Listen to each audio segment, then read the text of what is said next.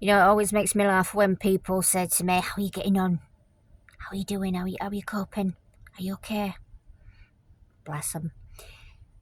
Of course, they're referring to the fact that I live in a van and I don't live in bricks and mortar.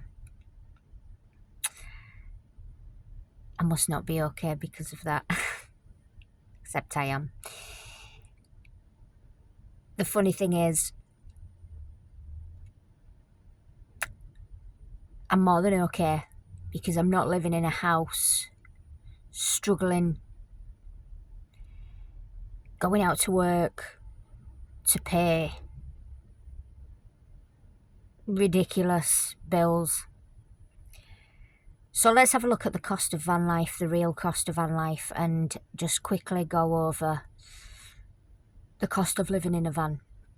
So let's take it back. So, of course, you've got your van.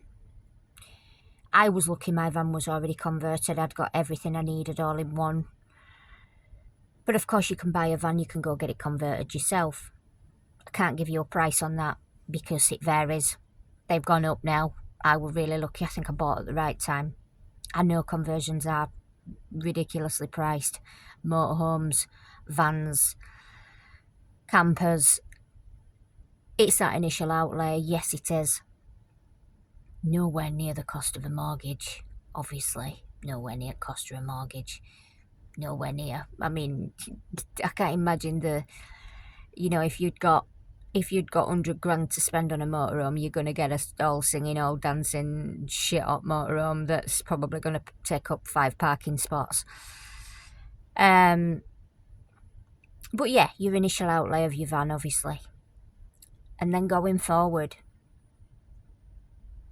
you've got free electricity because you've got solar panel, you've got your leisure battery, probably split charge, whatever type of setup you've got, usually solar power. So you've got an unlimited supply there of free electricity.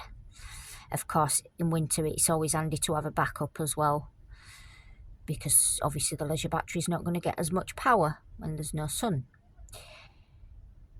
Then you've got gas. 6k propane I have, which lasts me around, I think I've had this current bottle 2 months, 10 weeks, and it's about, depending where you buy it from, between 25 and 35 quid a bottle. That's every 2-3 months. Even every 2 months, call it 30 quid for gas. Big difference, yeah, to living in a house. Water. Well, water's free. You can get it anywhere. You can harvest your own rainwater if you want to be completely self-sufficient. Or you can get water from garages, service stations, many places. If you do park-ups, you do campsites, it's usually included in your in campsites and stuff. But water is free to the earth anyway. It's a mineral of the earth that we inherited and belongs to us, we the people. No one owns the water. No one has dominion over the water except us. Same with energy, same with electric, but we'll not get into that in this video because I like to digress and I'll go off on a massive tangent. So yeah, water free. I mean, I do buy Ashbeck bottled water from Tesco purely because I like that for the kettle. And I do have a filter as well. I have a zero water filter jug, so I do buy the filters every so often, which cost about 35 quid and last 3-4 months. But that's my choice. I would recommend filtering water, not drinking tap water. Again, another video for another time.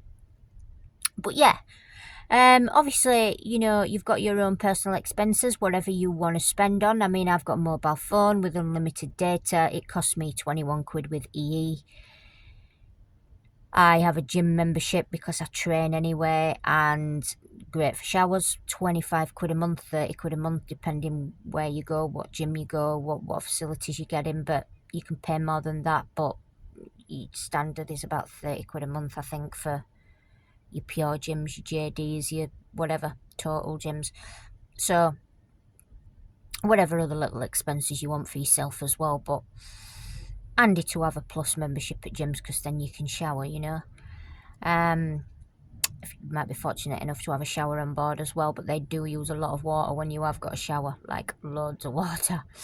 So it's sometimes just easier to use the facilities of other establishments. Food, I mean, obviously you can grow your own food, you can shop at farm shops.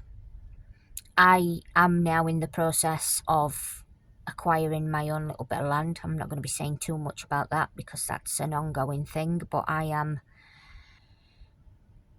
in the process of getting some land so that I can grow my own food. That was always the next mission after moving into van life. I wanted a bit of land because I want a place to keep this boy as well, because at the minute I'm renting a field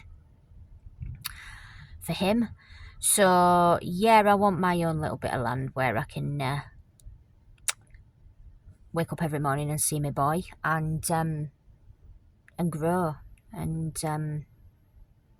food, by the way, and yeah, just be a little bit more sufficient in that respect.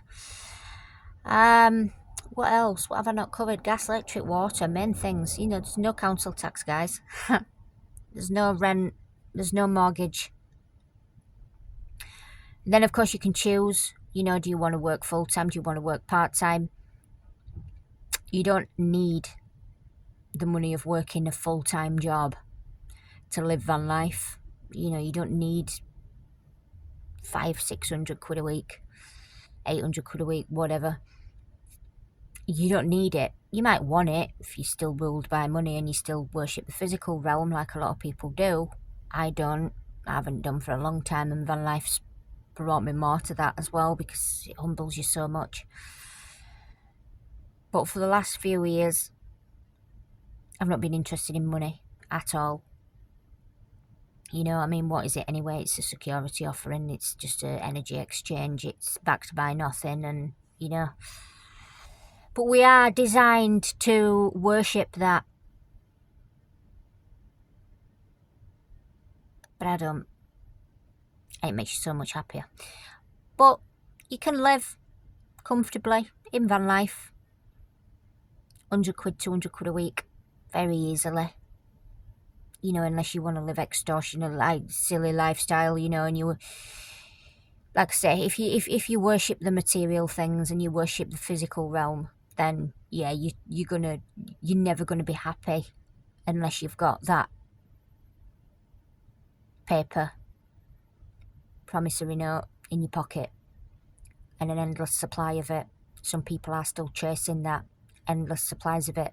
Numbers never end. Bob Marley made a quote about that.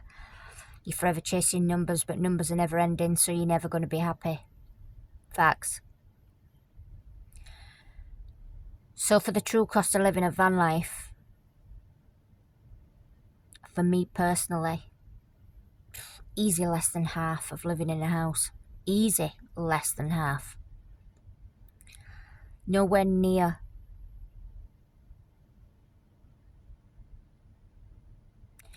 So again, it's about mindset though. Gas, electric, water, TV license, none of them either. Don't even own a TV. There is no TV in this van. There was when I bought the van. I threw it in a skip. In fact, it was on that wall there where my boy is right now. It was on that wall.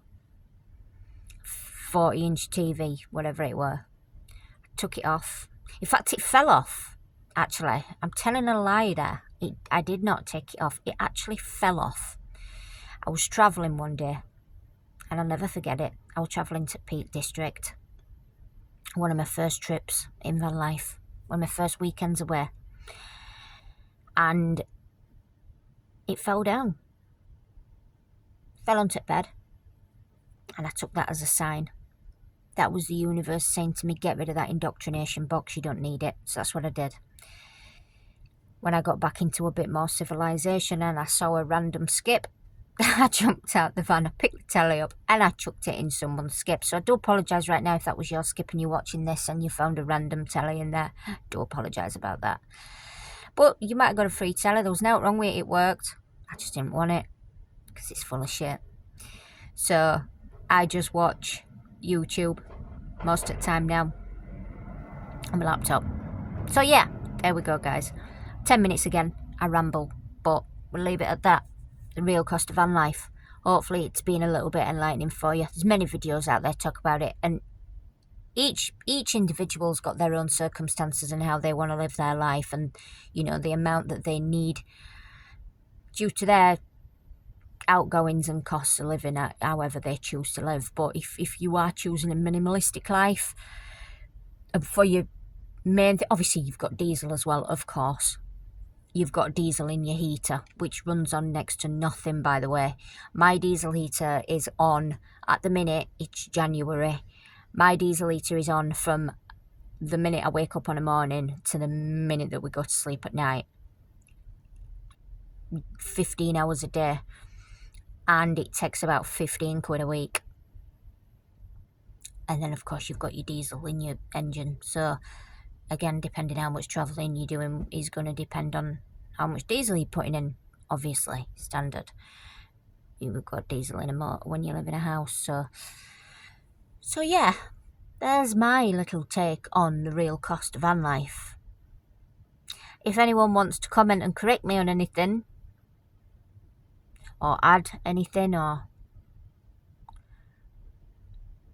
make sure you are full-time, because there's a lot of fakes out there. Catch you on the next one.